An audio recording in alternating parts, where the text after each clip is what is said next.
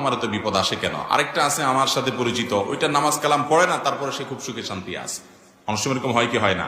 শুধু তাই না, অনেক লোক দেখা যায় আগে বেনামাজি ছিল, বিপদ আপদ ছিল না, এখন নামাজ শুরু করছে, একটার পর একটা বিপদ, একটার পর একটা সমস্যা। হয় কি হয় না?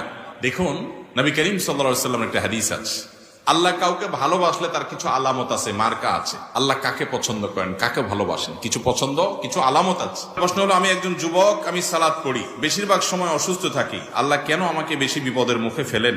আমাকে কিছু আমলের কথা বললেন যাতে করে বিপদে আমি সবর করতে পারি। ভাইরা আমার, আমাদের অনেকেরই অভিযোগ যে আমি এত নামাজ কালাম পড়ি, তাও আমার এত বিপদ আসে কেন। আরেকটা আছে আমার সাথে পরিচিত, ওইটা নামাজ কালাম পড়ে না, তারপরে সে খুব সুখে শান্তি আছে।